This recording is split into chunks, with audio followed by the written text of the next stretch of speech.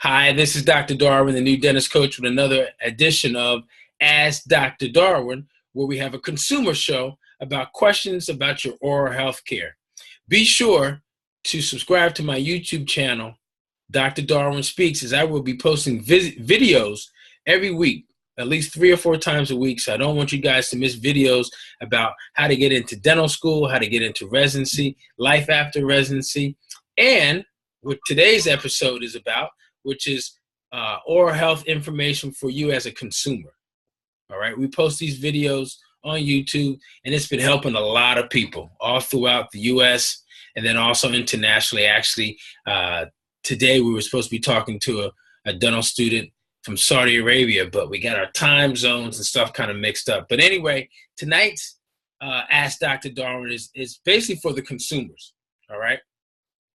For you out there as a consumer, we're running a Facebook Live at the same time, and we've got a couple questions about oral health care. So we're going to dedicate this episode to oral health care. We have a couple questions. We started off talking about people asking questions about me asking a question as to what's the frequency of people going to the dentist.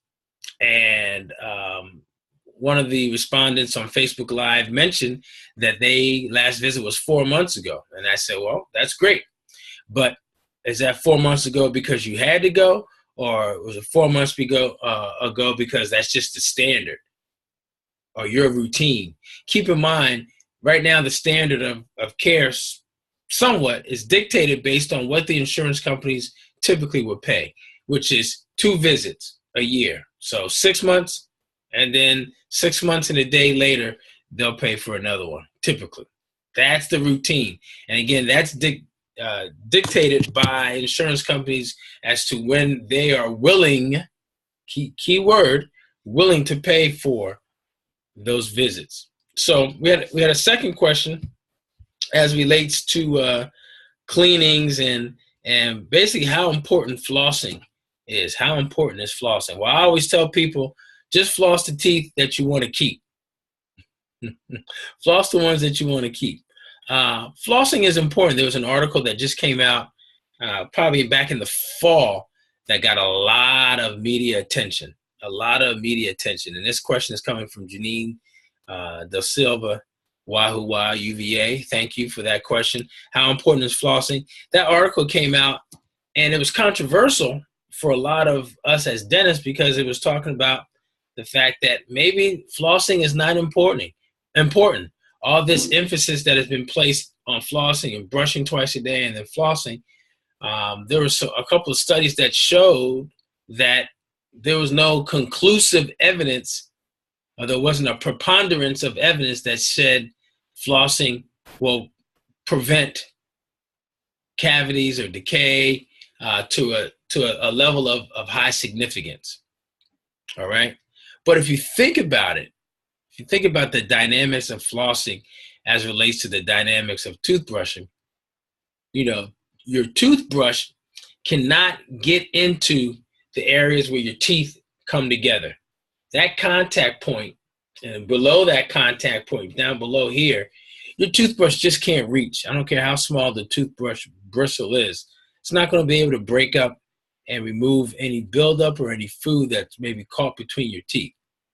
That's why flossing is important, because that floss breaks up, goes between the contact, and I wish I had a piece of floss right now in front of me, but it goes right in between the contact, and it breaks up the food that the toothbrush can't get to, because the toothbrush really only works around the gum surface, on the top of the tooth, and then on the front surface of the tooth. So there's only really 3 surfaces that your toothbrush is getting. The top, right? The top part of the tooth, the side that's closest to your tongue, and then the side that's closest to your cheek. Those are the 3 areas that your toothbrush is hitting. But you got to keep in mind, you got teeth that come together like this. So what happens to that surface, or that surface that's part of the contact where the teeth come together? Toothbrush won't get in there. only flossing will. So that's why flossing is important, because it helps to break up that bacteria. Now, if you don't floss, what happens is that that bacteria, that food can stay there, and they can start to decompose or rot away. And right where the teeth are coming together, it can rot away in between that contact area, that space area, and start to erode and rot away the tooth, your natural tooth surface. So keeping that area right where they come together, keeping that area clean is very, very important for those reasons. So thanks for asking that question. Aaron Rice, what's going on? Stacy R. Best, Brother Turner, Chet Turner, what's going on? Jenny, Jenny. Janine, you said you saw that article, and it's hard to keep up. I know. You start out great right after your cleanings, but then it goes downhill. I know. It's just like any other habit that we're trying to form, whether it's working out, whether it's meditating, whether it's eating right, and then flossing. Those habits, you take time to develop so that it's part of your routine. Just like it's been part of your routine to wake up every morning, maybe at a certain time. Same thing goes on with flossing. Typically I tell people, recommend, if you can't floss in the morning, cool. But by the end of the day, after having breakfast, lunch, and dinner, you want to at least be able to floss at that time. Some people have issues with flossing because maybe their hand-eye coordination or just their manual dexterity, the ability to use their hands to do things, maybe that's at a decreased state. So you may not be able to hold floss on this end and floss on that end to put it in your mouth. There's these things out that are called floss threaders that are very, very helpful as well. And basically it's like a piece of floss that has a handle on it, and you can kind of go right down in between the contact. Not something where you have to use both hands and you're trying to get in there. You can use those, they're called plackers, or pieces of floss that have a handle, like a U-shaped handle, and the floss comes across like this, and you can just put it down in between your teeth.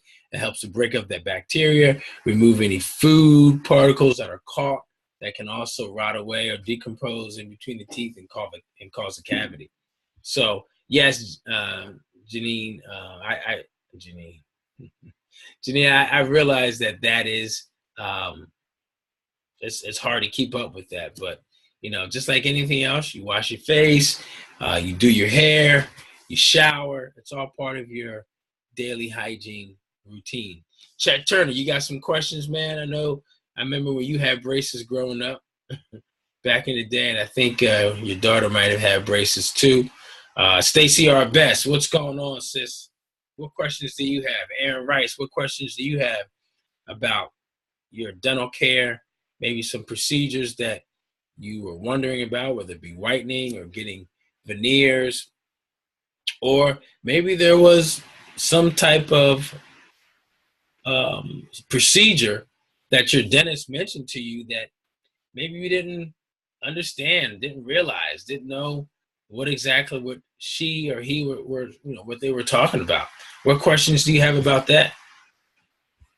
All right. So that's what this is about. Asking those questions. Brother Zeke James, what's going on, Z Double? I know you, as much as you work out, I know you definitely keep up with your oral hygiene. At least that's what I would like to think. Farrah Williams, what's going on? Good evening. So Sonia, we have another question here. So what do the tooth measurements or numbers that dentists take, what do they mean? A couple of years ago, a dentist wasn't happy with my numbers, and I had to have a deep cleaning. Good question. Wahoo wah, wahoo wah. Thank you. And so we're going to answer this question, and then we're going to go to another one, and then we'll finish up for tonight. So the measurements. So the question is, what do the tooth measurements of the numbers that the dentists take? And primarily because a couple of years ago, the dentist wasn't happy with your numbers and had to have a deep cleaning. those numbers indicate the level of the health of your gums. Not only the gums, but also the bone that support your gums and also support your teeth. All right. So just like you have bones in your body that support your flesh and your bodily movements in your frame, the bone that's in your jaw is what the teeth are supported by. And then on top of that jawbone, you have your gum tissue. So when those measurements are taken, Sonia, those measurements are taken to assess the level of health. Normally, numbers like a 1 and a 2 mean the tissue is good. That's normal. Measurements of 4 and above indicate that there's possibly some loss of connection between the tissue and the bone, or the tissue that lays on top of the bone that surrounds the teeth. Numbers 4, 5, and 6 mean, maybe there's some localized bacteria that's starting to erode away the connection between the tissue, the bone, and the tooth, and how the tissue rate touches the actual tooth. So the higher the number, the more possibility that there's bacteria that's causing some degree of attrition or destruction around the connection where the bone, the tooth, and the gum come together. So if you have a high number like a 5 or 6 or 7 or 8, also that indicates that there's some loss, potentially some loss of bone or loss of support around that tooth. Once it gets to like a 5 or 6, you're not really able to maintain it or clean it yourself with just a toothbrush. So that means that sometimes we have to have what we call a deep cleaning, and they call it deep because the higher the number, the deeper that you have to go below the gum line to remove the bacteria. All right, so in our offices, what we usually call a deep cleaning is more like what we call a gum infection cleaning, where we're actually removing the infection from the lower levels of the gum tissue so that that infection doesn't spread, doesn't melt away the bone, which is the support of the tooth. Because once you start melting away bone, that bone does not grow back. It's not like facial hair or something, or you shave your hair off or whatever. It's not like facial hair that's going to grow back in a couple of weeks. Once that bone is gone and melts away, that's it. And one of the things you'll start to notice is your tooth starts to go like this, starts to get a little bit loose. All right. All because that there's less support in that area. All right. In that area. So look, so that's what those measurements mean, Sonia. So I hope that's been helpful. David, student Dr. Motaban, what's going on? Live from coming in, joining us from Meharry, going into his second year at dental school. Constance, Royal, hey, how you doing? Good evening. Everett, Lewis, Coach Evie, what's going on? You see what we're doing tonight? Ask Dr. Darwin your questions. We were supposed to have a guest dental student live from Saudi Arabia who's applying to become an oral surgeon. Unfortunately, we got our times kind of mixed up. So unfortunately, it looks like we're going to have to reschedule that. But in the meantime, we're still doing our other segment, which is Talk to Me Thursday, but it's actually on Friday because we missed it yesterday. Ask Dr. Darwin. You're asking me questions about your dental and oral health care and your needs. So I got time for two more questions. It looks like Janine has a question about Invisalign versus traditional metal braces. And then Aaron Rice, you've got a question about whitening and is it safe? So look, let's do, these will be the last two questions that we'll have. And then we'll go on to another episode at a later time. So Invisalign versus traditional metal braces. So Janine, what do you mean? Like, what do you mean? What do I think? Do I think Invisalign works versus traditional braces? Do I think it doesn't work? Do I like it? What's the differences? I need your question to be a little bit more specific so I know what angle you're coming from or how to answer your questions. I want to make sure I answer your question correctly. So while you're putting that information in, let's go to the next question, which was from Aaron, Brother Rice. He says, Selena's question is whitening a safe procedure? Number one, part one. Part two is does it erode the enamel? So whitening is very, very safe. It's very safe, especially if it's administered and done by your dentist, by your dental professional. Those are the people that you really want to be in charge of that care, that whitening procedure care, and that procedure. Why?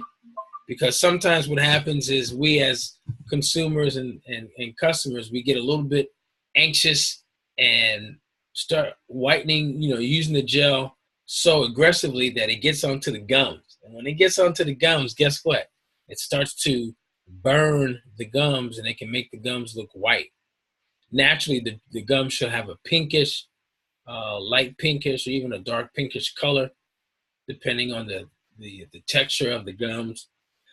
So outside of that, yes, whitening is safe.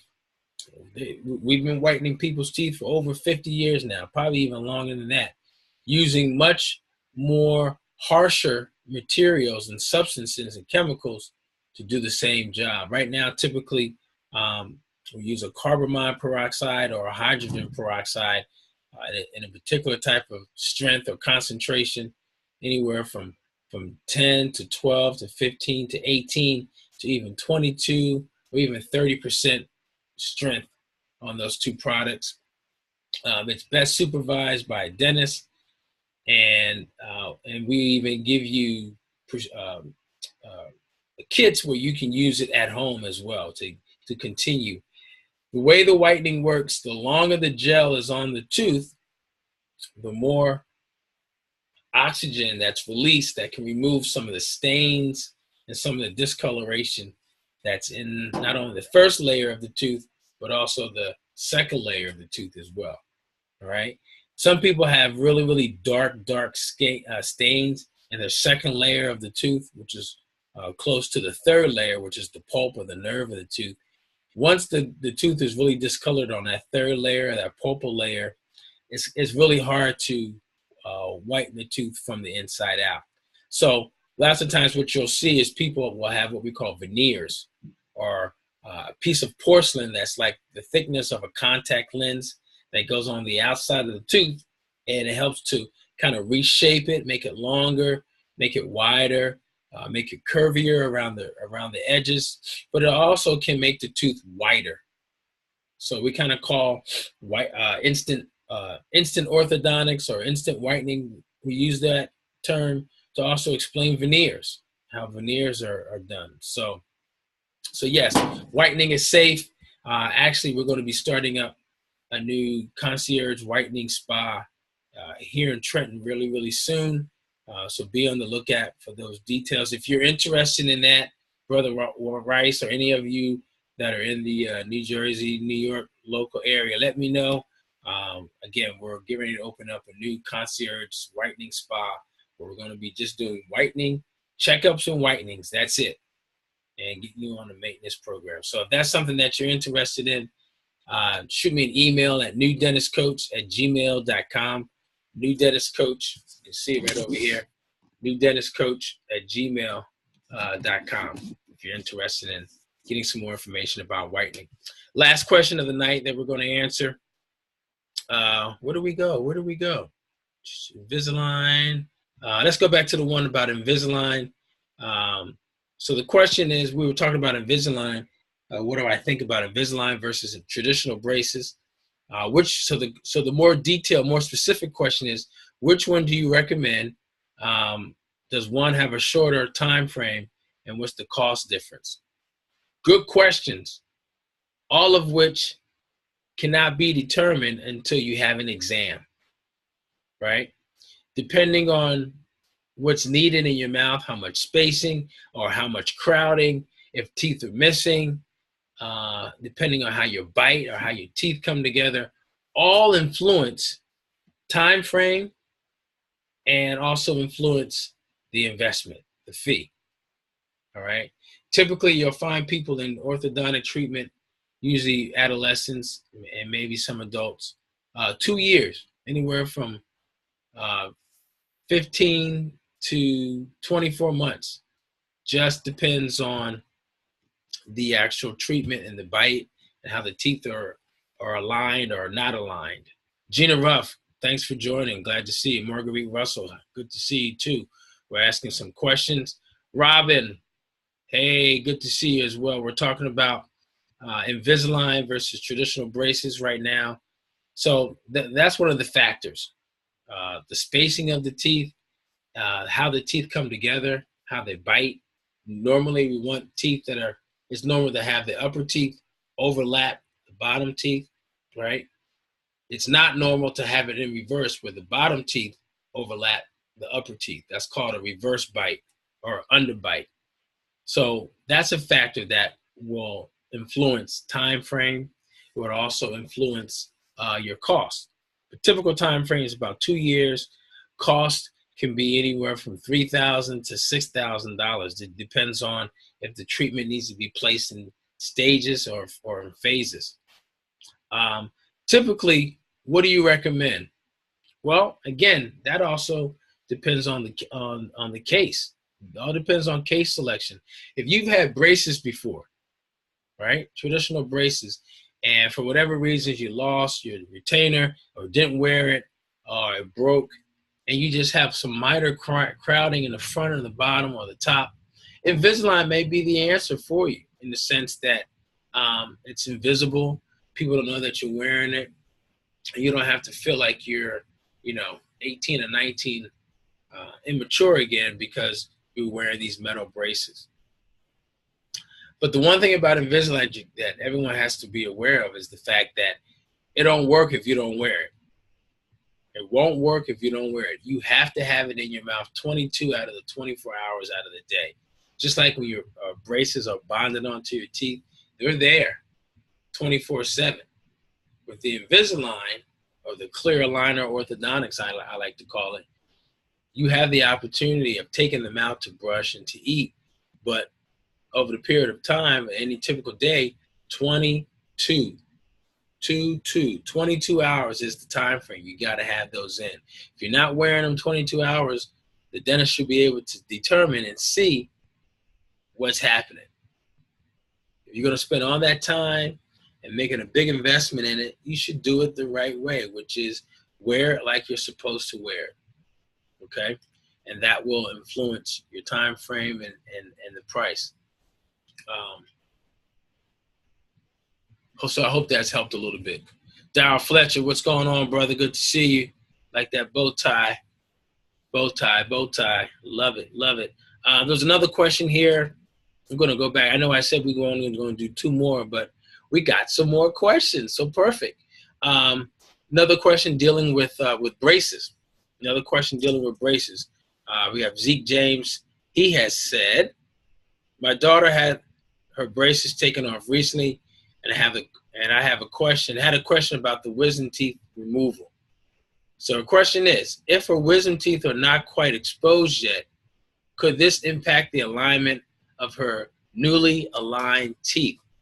Man, good question, brother Zeke. Good question. It's such a good question. We're gonna pin that comment.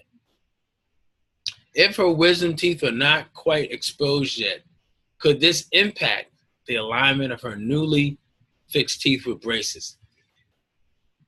Zeke, there's also some studies that have been done specifically on this. And you'll find studies that support both sides. Side A, which is, if you don't take those wisdom teeth, when they come in, they're going to push on those other teeth that are now straight and can possibly make them not straight again or make it worse. Then you've got studies on the other side that say the total opposite, which is there's no collaboration, there's no data that's there's not a preponderance of data that supports the notion that you must have your wisdom teeth taken out, because if you don't, that is going to cause your teeth to shift. So there's not enough information to say yes or no. There's just speculation, and most dentists will probably say, if they're not bothering her, good, we're not going to bother them. Or if you ask an oral surgeon, they're going to give you the answer of, well, that's what we do. Yeah, we're going to take them out. Do they need to be taken out? Yep, they need to be taken out. Straight up. That's not all oral surgeons, but you could have that perspective where you are dealing with those specialists, because that's what they do. That's part of their specialty. That's part of their niche, which is to take wisdom teeth out in addition to other teeth. So hopefully that's been helpful, Zeke. And that's why another reason why you should be going to checkups post or after her orthodontic care, just to see how she continues to grow. You know, her body's still growing, her jaw's still growing, and like you said, you got those wisdom teeth in the back that at some point could become erupted. So keep in mind that it's important that you have that be part of the routine of you checking to see every couple of years, having those pictures taken in the back, just to see the progress of those of the eruption of those teeth.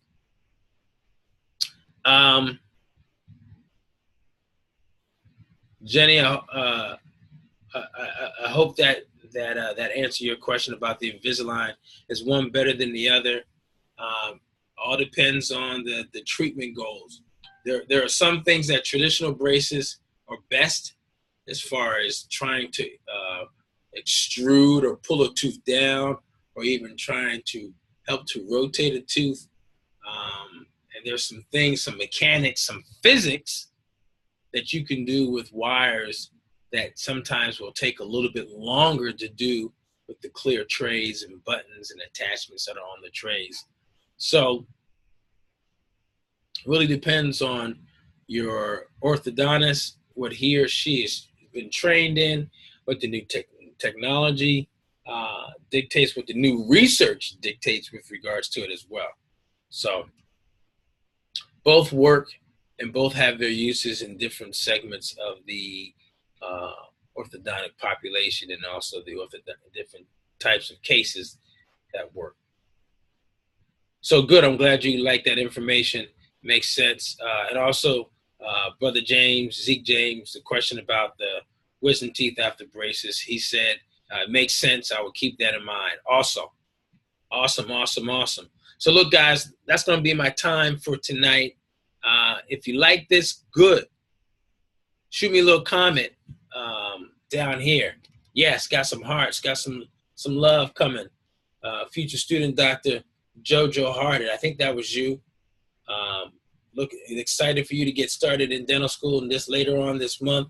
But if you guys like the feedback that you got tonight, the answers that you got, please post yes that you liked it. It was helpful. It was informative. So please post if this was helpful. That's what we're putting it in right now. All right. So that's my time. Again, thank you so much for joining Talk to Me Thursday on a Friday. We did a Friday edition of it on Ask Dr. Darwin. We hope that you guys share this information. Usually I will do this episode on Thursday evenings. So you got another 6 days. Get your questions together. Go to your dentist visit. If you have questions or you want a second opinion or something similar to that, if I can help you, reach out and join us. Check my Instagram, @the_new dentist coach. Also, another Instagram, Smile Dr. Darwin. And also, you guys, please feel free to subscribe to my YouTube channel and turn on those notifications, those 3 buttons. I think it's 3 buttons on Instagram, but you can turn on those notifications in YouTube. Dr. Darwin Speaks is the channel's name. So that way you'll be notified automatically every day when we have posted new videos that are going to be helpful to you as a dental consumer, but also you as a new dentist who's applying to dental school, who's in dental school, or who's applying to residency, or who's been working less than 8 years. That's the target. That's my goal, to help as many new dentists as possible with professional and personal development. And we've got some big projects that are coming up within the next, for 2019, that I think you guys are really, really going to like. We're talking more to the new dentists. For those of you that are consumers, we're going to be opening up a new concierge whitening spa, where all we're going to be doing is doing checkups, maybe some cleanings, and boom, getting you blasted off with a nice white smile, nice white and bright for the end of the summer, but also for the holiday season that's coming up. So be sure to tune in and subscribe and write some comments below. Share this live feed with your friends, your family, and other colleagues. We appreciate you. Thank you so much for allowing me to help you. You're helping me help you, which is helpful for me as well. So thank you so much for your time, and we'll see you on the next video. Take care. Bye.